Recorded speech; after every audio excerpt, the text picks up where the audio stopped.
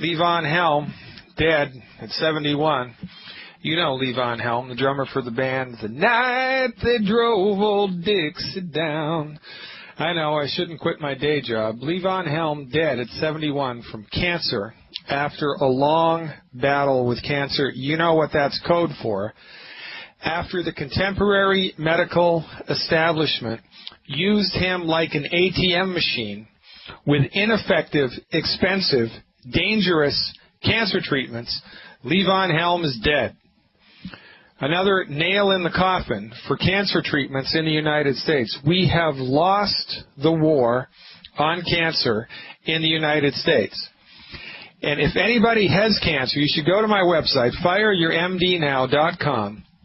Purchase a copy of my book, which will be available by the end of this week, by the beginning of next week. It's already Thursday. In ebook form, you can just download it and read the chapter on cancer, and I want you to ask your oncologist the 10 questions that I have in the book. These are simple questions. It's questions like, Doctor, how many patients with my type of cancer have you cured? If you can't cure the cancer, what can I expect from this type of treatment? If the treatment hurts me, are there any legal remedies that I have against you or the hospital? I'd like to please have the names and phone numbers of 10 patients with this type of cancer that you have personally treated. I want to see what their experience of life has been. What's going to happen to the quality of my life when I get on board with your treatment? If this treatment won't cure me, why are you recommending it? The Journal of Clinical Oncology in 1994 published an article after a 14-year study that said chemotherapy treatment for adult-onset cancer is 97% ineffective. If it's 97% ineffective, why are you prescribing it? Oh, and by the way, I'd also like to know, since medicine is a for-profit industry in the United States, and since this hospital that you work for is a for-profit institution, and I'm shopping for cancer treatment, I'd like to know how much you are personally going to profit from this cancer treatment and how much the hospital is going to profit from this cancer treatment. I want to see the bottom line, the dollars and cents. And I'd also like to know, if you had cancer, would you take this therapy yourself? And by the way, what are you going to prescribe for the side effects of this cancer? What specifically are the side effects of this cancer? I want a list of the side effects. And I want to know how this hospital is going to handle the side effects. If people would ask those questions to an oncologist, they would never embark on the treatment. They just wouldn't do it. Nobody does. Because it's the only industry where we buy their services without question. It's like going to an automobile dealership, one of those, CarMax places. They've got 10,000 cars on the lot. You just show up, hand them your checkbook, and say, I'd like to buy a car, and you just buy the first car that they give you. No questions asked. You don't even kick the tires. You just they sign the papers, write them a check, take the keys, jump in, and drive off. You wouldn't do that. But that's exactly what you do when it comes to cancer treatment. That is exactly what we do. We do what the doctor tells us to do because we trust that they have our best interests at heart. They do not. They're only trained in what they're trained in. And what they're trained in is a very small piece of the medical pie. But they have sold it to you as the hook, line, and sinker, the whole smorgasbord, the whole pie. And you've bought it, hook, line, and sinker. This is the reason that we've lost the war on cancer, because nobody calls these people out. Nobody holds their feet to the fire. For goodness sake, we have dumped $1 trillion, that's 1,000 billion dollars, into the coffers of medical universities and hospitals all across this country, and they have not given us a product. They have failed us. And we keep giving them money. We need our heads examined. Again, I use this metaphor all the time. If Ford Motor Company, if the government, here's a new metaphor, if the government invested $1 billion in Lockheed Martin to develop a supersonic jet fighter, and Lockheed Martin gave them a biplane instead, you think they'd get another contract? No. But the Cancer Society, the hospitals, the allopathic, pharmaceutical-centrist hospitals that deliver cancer treatment in this country deliver gliders. deliver biplanes. They deliver not squat. They're killing us. We are dying of cancer left, right, and center. Not because cancer is some unbelievably arcane, complicated thing that can't be fixed. It's because when you look at cancer from a reductionistic pharmaceutical point of view, you can't fix it because it's a holistic phenomenon. We are giving the wrong people our cancer dollars, and we're marching, gathering money, running in the 5K, Susan G. Komen, or March to Cure Breast Cancer. It infuriates me when I see things like that.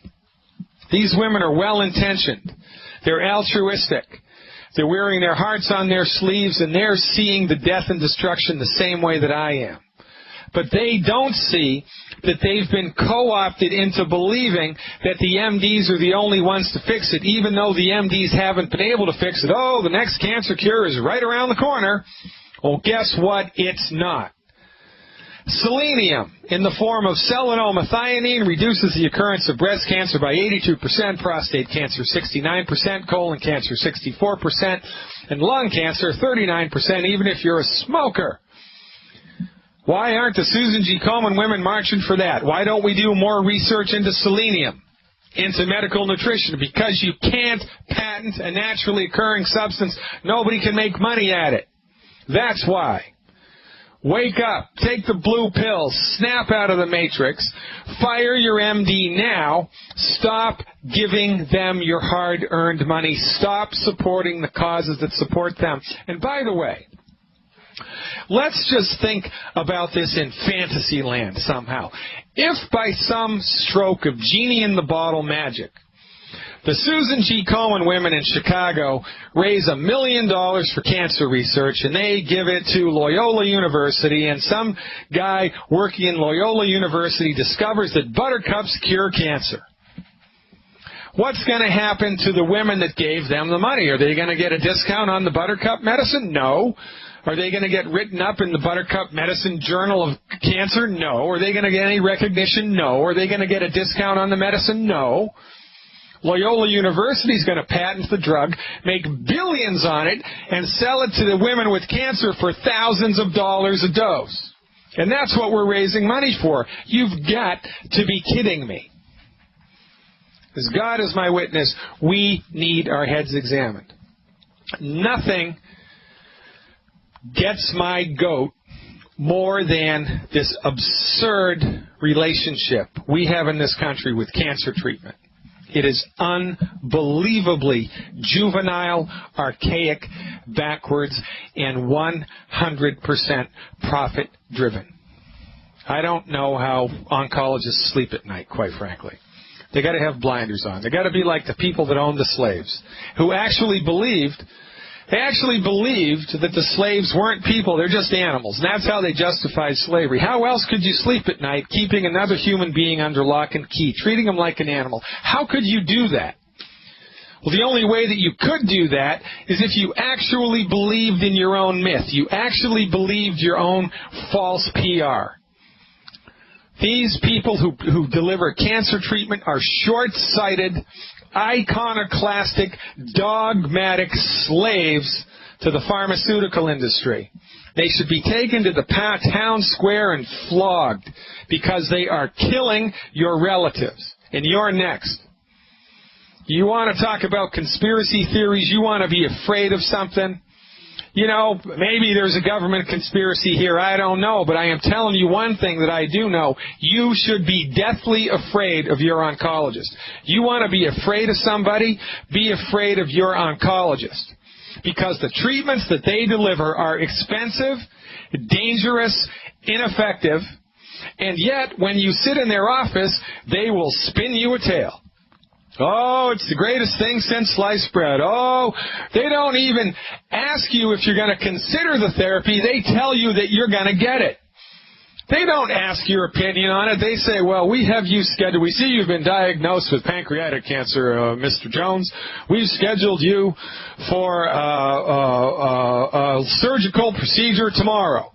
And then we're going to do radiation, then we're going to do chemotherapy. They tell you what to do. They don't ask you. And you let them. For goodness sake, that's why there are patient advocates. Can you imagine that? Now there's an actual job description where somebody stands between the patient and the doctor to help the patient negotiate because, oh, we're too afraid of the doctor. Well, there's a new sheriff in town, ladies and gentlemen. His name is Dr. Peter Glidden, and you're listening to the radio station that's going to change your life. I am fed up, I am angry as heck, and I am not going to take it anymore. No more money for pharmaceutical cancer research in the United States. It is a fool's errand. How many people have to die before we get it? Take your nutritional supplements, clean up your diet, decrease your chances of getting cancer, which is 1,000 times easier to prevent than it is to treat, because the only people treating it are the drug-addicted, allopathic knuckleheads. And when it comes to cancer, we have really bet on the wrong horse. Time to stop it. Go to fireyourmdnow.com, get educated. Download the Good Food, Bad Food document. Get a heads up on the foods that are hurting you and the foods that are helping you. And click on the online store and buy 1 Healthy Start Pack and 1 bottle of liquid plant minerals per 100 pounds of body weight and 2 bottles of selenium if you're under 200 pounds. 2 bottles of selenium, 1 liquid plant minerals, 1 Healthy Start Pack per 100 pounds of body weight. Take those supplements every day. Clean your diet up. Improve your health. Recover your health. Take the blue pill. Snap out of the matrix. And then help us to spread the word of the wonders of medical nutrition. We're back, ladies and gentlemen. This is Thursday, the 19th day of April. Is that correct? How time flies. The 19th day of April, 2012. And we have Pat on the line, calling us. I think she's got a question about hemoglobin. Pat, are you still there? Yes, I am, sir.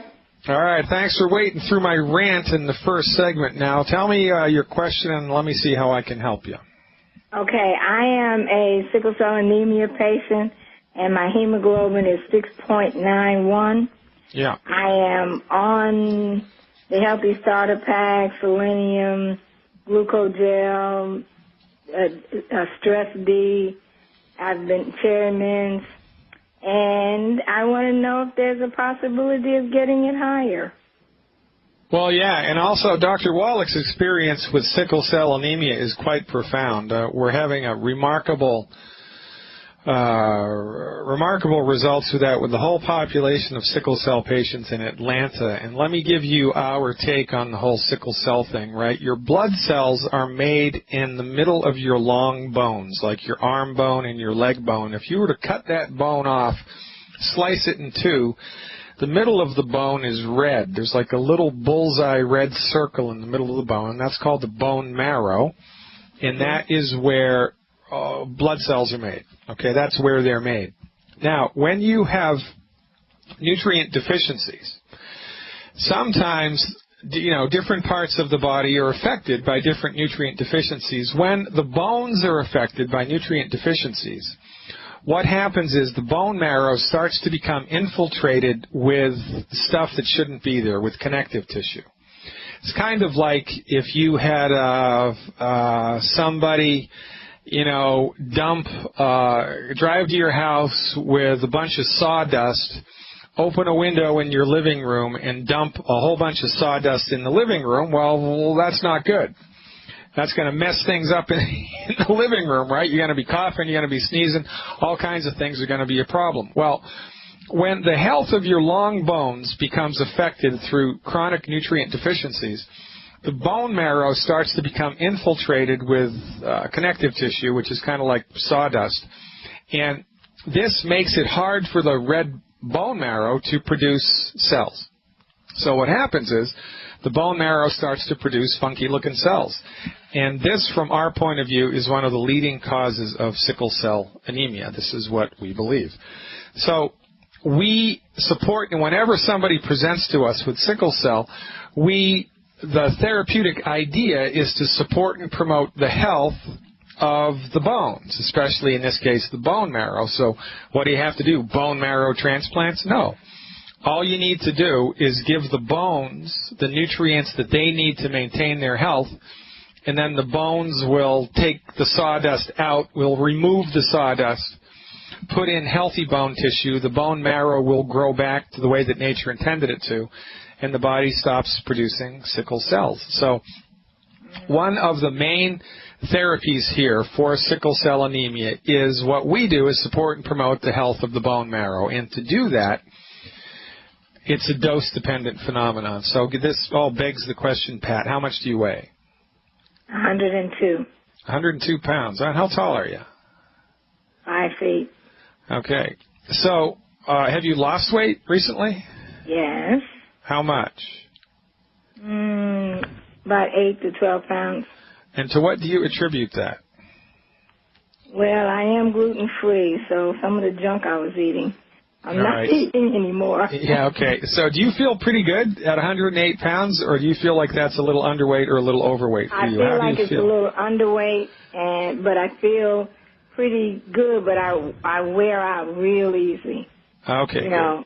Yeah, I get it. So here's what I would do for 3 months. And remember, when medical nutrition, in order to optimize the results with medical nutrition, we need to be taking the right amount of stuff. It's a dose-dependent phenomenon, okay? So good girl for being gluten-free. That's very, very, very important. So at 108 pounds, to support and promote the health of bone marrow, here's what I would do. 1 healthy start pack per month. You're doing that, right? Mm-hmm. I would get 1 extra bottle of Cal Toddy, liquid Cal Toddy, and I would take 1 ounce of that a day. I would do 1 ounce of the Cherry Mints twice a day, 1 ounce of the Cherry Mints twice a day, and for 3 months I would do 5 of the Glucogel capsules 3 times a day, 5 with breakfast, 5 with lunch, 5 with dinner. I'd also take selenium, 2 with breakfast, 2 with lunch, 2 with dinner. If you increase the dosage along those lines, take more Cherry Mints, more Glucogel, more selenium, more calcium in the form of the Cal Toddy, you're going to round out the therapeutic bang that you're going to get from this buck. And as a result of this, the hemoglobin levels will rise and the sickle cells will reduce. So try that on for size. How much selenium? 6 a day, 2 with breakfast, 2 with lunch, 2 with dinner, okay? Try that on for size and give me a call back in about 6 weeks. I'll look forward to it. Thank you for waiting. Thank you for calling. And thank you for listening. Becoming a Longevity member, you are the smartest girl in class. It's your lucky day. You've tuned in to Fire Your MD Now, where I pull back the curtain on all things medical, giving you information that can literally save your life, because when push comes to shove and you're in pain, the wheels come off, you come off the track, something breaks in your body, you need help. You are in a vulnerable position, a vulnerable state. So where are you going to go? You're going to go to the only medicine that's available in your town, brought to you by your neighborhood MD, your allopathic, reductionistic, pharmaceutical centrist shill for the pharmaceutical companies. And I am choosing my words carefully. I've been a licensed physician for the last 23 years, and the majority of the work that I do is cleaning up the mess that MDs make. Every once in a while they get it right, but most of the time they don't, and I refuse to give them a pass. They have way too much social cachet. They have way too much financial benefit. They have way too much power to give them anything but a pass. Nobody's shooting at them like they are police officers. I give law enforcement officers much more leeway than I give MDs. Law enforcement officer screws up, well, you know, that's a tough job. But when a medical doctor screws up again and again and again and again and again and again and again, their therapies are the leading cause of death in the United States. I refuse to give them a pass. Neither should you.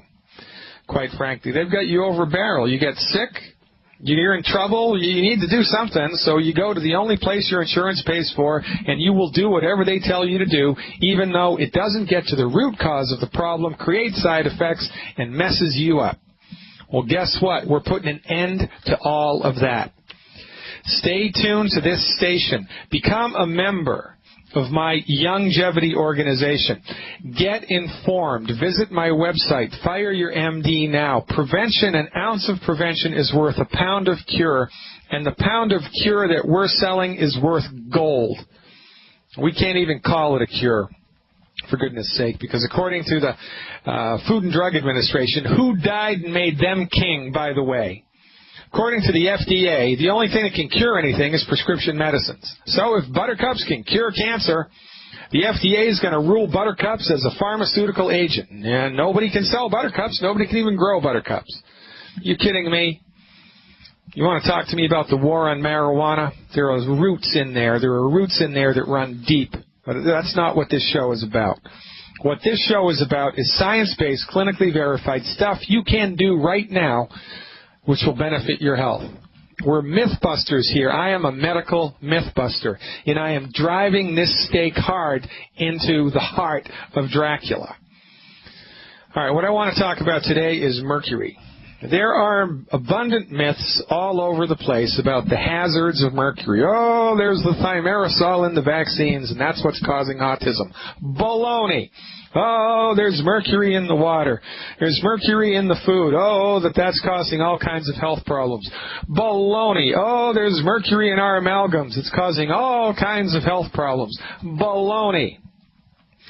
I know of which I speak. I was one of the first licensed physicians, naturopathic physicians in the country to measure and extract mercury levels from the human body. I was one of the guys that did that. It's called heavy metal chelation, and you can either do chelation through intravenous therapy or through oral therapy. I don't do it anymore because I'm not a fan of it, and here's why. In the 1970s, there was an environmental disaster in Japan called the Minamata disaster. There was an industrial plant that dumped tons of mercury into Minamata River. Tons of mercury. The mercury flowed downstream, emptied into Minamata Bay at exactly the same time that the algae was in bloom in Minamata Bay. The algae sucks up the mercury, the minnows eat the algae, the smaller fish eat the minnows, the bigger fish eat the smaller fish, the villagers eat the bigger fish. Everybody gets mercury toxicity. Everybody gets sick. Many people die, and 9 months later, all of the kids born in Minamata were like Frankenstein. 15 fingers, 1 eye, half a brain, 3 arms. It was bad. It was a potential human extinction event because the scientific community figured out, lickety-split, oh my God, it was mercury that did it. So what did they do? They freaked out because they thought to themselves, holy crap, if mercury can do this, cause all of this death and destruction and sickness and birth defects, this is a potential human extinction event. Oh my God, if mercury can do this, what about lead and hydrochlorofluorocarbons and PCBs and lions and tigers and bears? What about all that stuff? We better fix it. Well, they did. They secured $25 million in funding, and they engaged in a 12-year research project to figure out the net negative effects that pollution like mercury had on human health. $25 million. They did 26,000 autopsies, 10 million blood chemistries and histopathologies. And you know who was in charge of the whole thing? You know who the scientific community chose to save the world? Dr. Wallach. Was it Dr. Oz? No. Was it Dr. Kildare? No. Was it Marcus Welby? No. Was it Hawkeye from MASH? No. It was Dr. Joel Wallach. They chose Dr. Joel Wallach to figure out how to save humanity. It took them 12 years, $25 million. They did all this work, and here's what they found. Pollution was irrelevant. Irrelevant unless it was a major, massive dose like Minamata. That's a major, massive dose. But small amounts of toxic crap the body can handle, no problem. We know what mercury toxicity looks like. Just do a Google search for Minamata disease. For goodness sake, National Geographic devoted an entire issue just to Minamata. You know, if you buy a National Geographic, they usually have like 4 or 5 different articles in there. Well, they did the whole edition in that month on Minamata disease. That's how bad it was. We know what mercury toxicity looks like. We know what it smells like. We know how much it weighs. We know what it feels like. You do not have mercury toxicity. You may have elevated levels of mercury in your blood, but nobody really knows how much is too much and how much is bad. Nobody knows. And if you are completely nutrified, if your body has all of the essential nutrients that it needs to maintain its health, it takes care of the toxins. Selenium, a mineral selenium in the form of selenomethionine, chelates mercury. So if you're worried about mercury toxicity, mercury exposure building up in your body, you shouldn't be, number one. And number two, if you really are in a subset of the population where that's really an issue, because there's some petrochemical plant upstream from you dumping mercury into the river in the middle of the night and you don't know it, take selenium. Selenium removes excess mercury from your body. But it's not just a case of a single nutrient. We need to stop thinking like MDs. We need to stop thinking like communists. We need to stop thinking like Sir Isaac Newton. We do not live in a two-dimensional world anymore. We live in a holistic quantum field. We need to start thinking holistically. That sounds like a big, $10,000 word. Well, what does that mean, Dr. Glidden? Well, it's common sense. It means everything's connected. The thigh bone's connected to the hip bone, right? Everything's connected in the body. You don't just need one nutrient. You need 91. There are 91 essential nutrients that we have discovered. Maybe next week we'll discover another, and there will be 92. But you don't just take large doses of vitamin C. You take large doses of vitamin C, you're going to waste your copper. You're going to get an aortic aneurysm, or you're going to get a hemorrhoid or varicose vein, or your thyroid's going to stop to function because too much vitamin C eliminates copper from your body. You take too much calcium, your magnesium gets eliminated. You take too much magnesium, your calcium gets deposited in your arteries and veins. One of the leading causes of calcium deposition in your heart valves is not enough magnesium. It's not too much calcium. It's not enough magnesium. We need balance. The human body needs balance. And guess what? Do you have to micromanage the biochemistry of the body? No. Do you have to figure out how you can outsmart nature? No. Do you have to articulate all of the biochemical processes happening in the body at every second of every day? No. All you have to do is stop eating the food that's hurting you, take the 91 essential nutrients, get the heck out of the way, and your body will fix itself. It's that simple. I talked about this yesterday. Being concerned about the amount of pesticides and pollution in your body, but not being concerned about nutrition, is like being concerned about a little tiny cut on your right leg and completely paying no attention to the fact that your left arm has been sawed off by a chainsaw. You are paying attention to the wrong stuff. Pollution is a non-starter.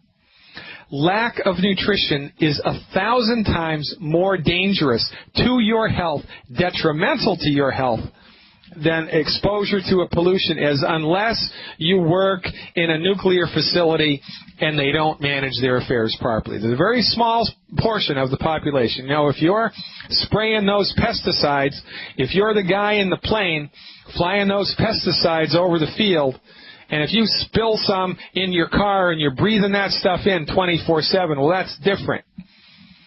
If you happen to live in a community downstream of a nasty industrial plant, and they've been dumping all kinds of crap by the ton in your water source, and you've been drinking that stuff every day for 5 years, that's a problem. But even under circumstances like that, when you're nutrified, your body can handle that stress. I'm not saying keep your eyes closed. I'm saying focus on what's really a problem. And for most of you in earshot of this radio show, which is everybody in the world because it's an internet radio show, the problem isn't pesticides. The problem isn't mercury. The problem is not enough nutrition. By the way, the thalidomide is a mercury derivative that's put into some vaccines as a stabilizing preservative agent, right? Thalidomide. And there's an urban myth that got created that, oh, it's the thalidomide in the vaccines that's causing autism. Well, guess what? It's not. Because the same vaccines are tracked by lot numbers, and the vaccines that had thimerosal in it that were given to kids in the United States 15 years ago were also given to kids in Europe. They weren't just delivered in the United States. They were delivered all over the world and in Europe.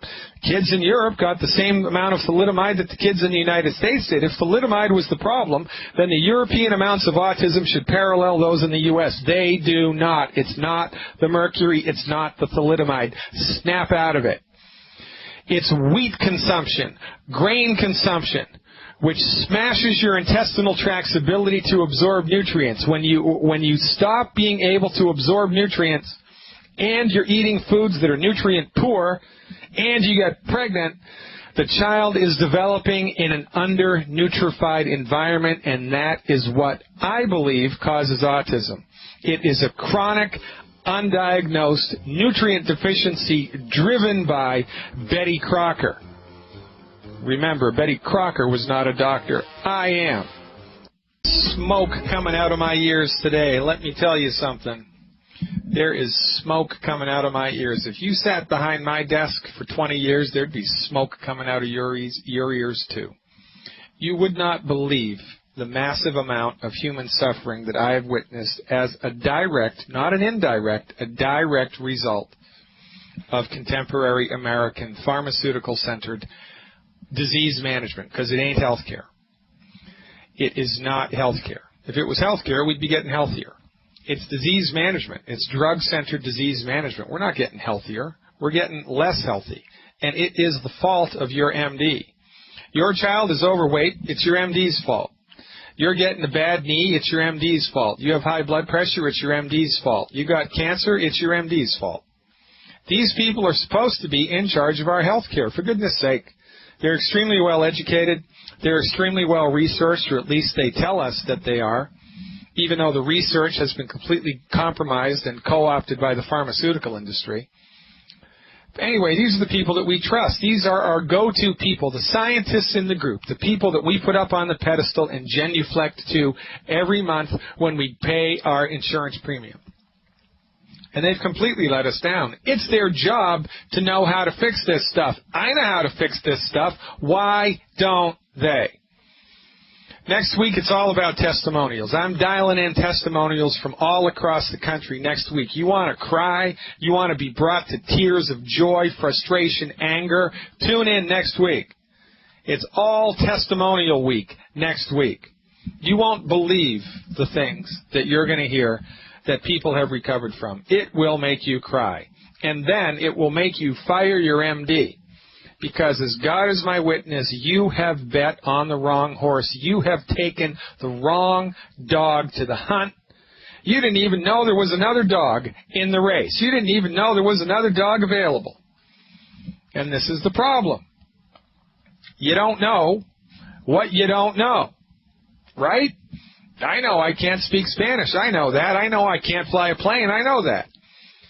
But there is stuff that's out so far outside my frame of reference, I didn't even know I didn't know that. I'll tell you an example. Today, I just learned for the first time that selenium, the mineral selenium, is fundamentally important for the health of your liver. And that one of the cardinal clinical signs of a selenium deficiency is necrosis of the liver. I didn't know that. I just learned that. I knew that selenium was great for certain things. I had no idea that it did that. Now I know. This is why it's called the practice of medicine. It's like that in life, right? Isn't that what life is about? It's a giant learning curve. You can either stay open to learning or you can close your mind to it, and this is why the MDs have us by the short and curlies. Because we are busy attending to the stress of our lives. We've got kids to raise, mortgages to pay, jobs to take care of, spouses to hold the hands of. We have work we need to do. That's why we're here. We don't have time to figure out what's the best doctor to go to. We just accept that that's already been handled. Well, it has not been handled. The only reason MDs are in charge of medicine today is not because their therapeutics are better. It's not because their therapeutics are safer. It's not because their therapeutics are more effective. And it's certainly not because their therapeutics are less expensive. It's because of financial and political coalitions which were built in the 1920s between the Carnegie Foundation, the Rockefeller Foundation, pharmaceutical companies, and medical schools. That's the reason the MDs are in charge of medicine. And that coalition was formed in the 20s. It has become a juggernaut, an out-of-control juggernaut. It was a relatively level playing field before the 1920s. But after the Flexner Report and the Rockefellers and the Carnegies gave the MDs millions of dollars of free money, they gained the upper hand, and you're suffering today because of it. Where's Nancy Reagan when you need her? Just say no to drugs. Ladies and gentlemen, I am Dr. Peter Glidden. Visit my website, fireyourmdnow.com. That's fireyourmdnow.com. Tune in tomorrow, 4 o'clock Central Time, where we'll be pulling back the curtain a little more, showing you how you can recover your health today. I'm Dr. Peter Glidden. Thank you for listening. Thank you for tuning in. Tell your friends I'm here. I'm here for you. I'll see you tomorrow. Same bat time, same bat channel. Over and out.